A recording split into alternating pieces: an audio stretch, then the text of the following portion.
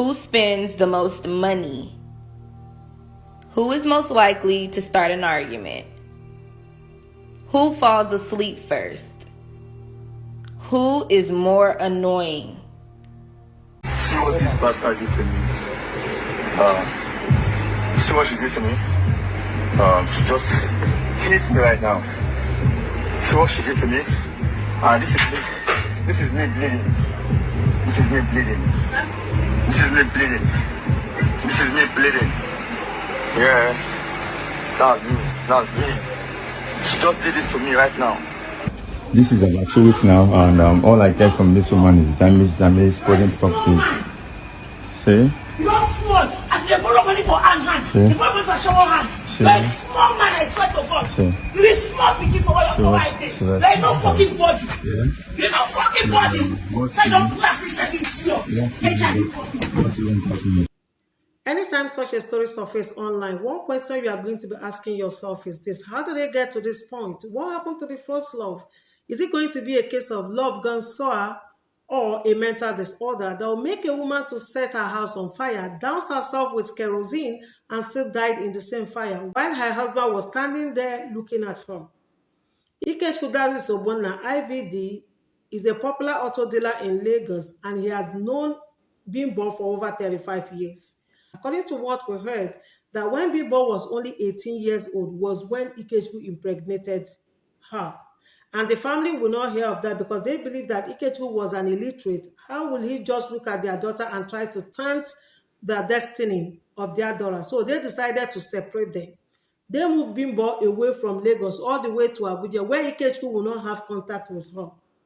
But one way or the other, Ikechukwu got to know where Bimbo was and started chatting with her and told Bimbo that if Bimbo did not come back to him, he was going to kill himself. And that is to tell you the extent of the love that these two people shared over 35 years. And that was what made Bimbo to relocate back to Lagos. And they've been living together since then. But this relationship was not devoid of domestic violence. According to their lawyer, Awele Chukwuma, said that Bimbo and Ikechukwu were the first domestic violence client he had, and he described them as the most selfish couple he had ever encountered. That in every time they were having this misunderstanding or domestic violence, they never thought of their children. Any action that both of them were taking, they never put the plight of their children as a priority before them. And even everybody knew, and even the couple also, they knew that this was going to be the end of this relationship. One person is going to die and the other person is going to be in jail, and that is what is playing out here. A lot of time that this case of domestic violence has come online. This is not the first time we are having the case of this domestic violence. In 2019, the same case surfaced online where Bimbo said that Ikechukwu hit her while she was still pregnant. Even when her son was trying to intervene, that Ikechukwu still beat that boy mercilessly. But people had advised her to leave this relationship. Even if you don't want to divorce your husband, separate with this man so that you guys can have your sanity and still think if you want to come together, you can come together. Else you are going to stay apart. But no, they wanted to stay together. Maybe there is something between them that they were not telling people. Someone said that there was this blood covenant between both of them that they were going to stay together ever after. But another person said no, that Bimbo said she was the one that made Ikechukwu. When she met Ikechukwu, he was a nobody, that she sacrificed her life to make him what he is today. So she was not going to leave the relationship empty-handed. People telling her to leave so that she would leave or whatever, they didn't know the extent of her life she committed in making him what he is. Making her to leave the relationship is just like asking her to leave her life in the hands of Ikechukwu. That she was not going to do that. Even if they had to die in that relationship, they will still die. Despite the fact that they have so many lovely videos online on Instagram, their house was not devoid of domestic violence. It's a case of domestic violence today on the part of Ikechukwu. The next day is going to be a case of domestic violence on the part of Bimbo. A lot of videos have surfaced online where Ikechukwu had already posted that all the bruises he had in that relationship was actually inflicted on him by his wife. When we hear of domestic violence, we believe that the woman is only the victim in a domestic violence. But in this their case, Bimbo was a tough match for Ikechukwu. Ikechukwu might be the abuser, but Bimbo was equally an abuser because she was a tough woman. Anytime they had this scuffle, you always hear her voice or you see her trying to hit Ikechukwu at one point or the other. So nobody gonna believe, oh, because it's a case of domestic violence, Bimbo was the victim. No, Bimbo sometimes was the abuser in this relationship. But I don't know how it degenerated to this point where she had to douse herself with kerosene, douse the house with kerosene, and still died in that inferno. So how did they get to this point? Bimbo confided in her friend Gloria Agabosi that she was carrying this domestic sacrifice for her husband IVD to be rich. So everything that IVD acquired was with her own efforts, that she sacrificed her life to make her husband what he was, and she was not going to leave that marriage empty-handed. And she needed to leave the marriage with something. And now that there was a rumor of HIV or no HIV, now maybe she was infected, according to the story they had. If she needed to leave, she needed to go with something tangible to be able to train her children. And she set out her plan to go with her house, to get the document of that house so she will have something to train her children. She set out her plans very right. She needed to get someone to break the safe because the document of this house was in a safe in the house, which IVD had the key to himself. So she needed to get a welder to break this safe for her.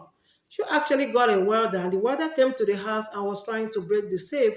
They never knew how IVD got to know that something was happening in his house. Some said someone told him. Other people said no. He had this CCTV that saw that something was happening. So he left where he was and rushed back to the house. When he got to his house, the door was closed and Bimbo already had the document. That was how he went into the house and went straight to Bimbo, and they started having this misunderstanding, trying to get that document from her. He was able to overpower Bimbo and took the document from her. Bimbo now told him to give her back the document, else she was going to do the unthinkable. IVD refused, and Bimbo said, oh, if you are not going to give me this document, you will not have it, I will not have it. Or all she did was to go get a gallon of kerosene, douse the house with kerosene. The husband was there looking at her. He didn't say anything. Afterwards, she doused herself with her kerosene. The husband still did not say anything, kind of looking at her. If you want to die, you can die. According to Bimbo's brother, Onyida Mola Martins, when he was talking on Facebook. And when he saw that IVD was not doing anything, he set fire on the curtain. IVD was still looking at her as in, what was this woman trying to do? And she quickly went and grabbed IVD, trying to get the document of that house from him. In order to free himself, he pushed her away, which landed her into the fire, like they said, and he stood there watching her burning. When the burn was so much for her, it was Bimbo that eventually ran out of the house and started calling for people to come and help her, to take her to the hospital if she was going to survive this burn. That was how they took her into the car and was driving her from one hospital to another. We had 10 hospitals rejected her because she had 100% degree of burn. It was the 11th hospital that accepted her, and IVD was in the house calling them to bring back the car, that he needed to go somewhere, someone that his wife was at the point of death in the hospital. She couldn't make it. She died on Saturday, October 15, 2022, and immediately the news of her death made the headline. IVD disappeared into thin air. The only thing they were seeing were just pictures and videos he was posting on his Instagram page, trying to exonerate himself that he was a victim in this domestic violence case and not the other way around. A lot of women are making these mistakes of saying, I made this man, so I'm not going to leave empty-handed. I will not leave my sweat for another woman to come and enjoy. When you were trying to make that man, why didn't you make yourself? Is it a taboo if you make yourself? Stop saying that I'm my husband's backbone, I'm my partner's backbone. Stop being a backbone.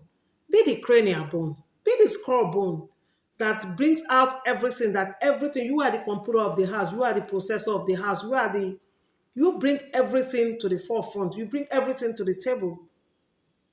It is only this notion of I made this man that will make a woman to think that I can do anything just to prove a point. To the extent that you douse yourself with kerosene, you douse the house with kerosene and lit the curtain and it went up flames.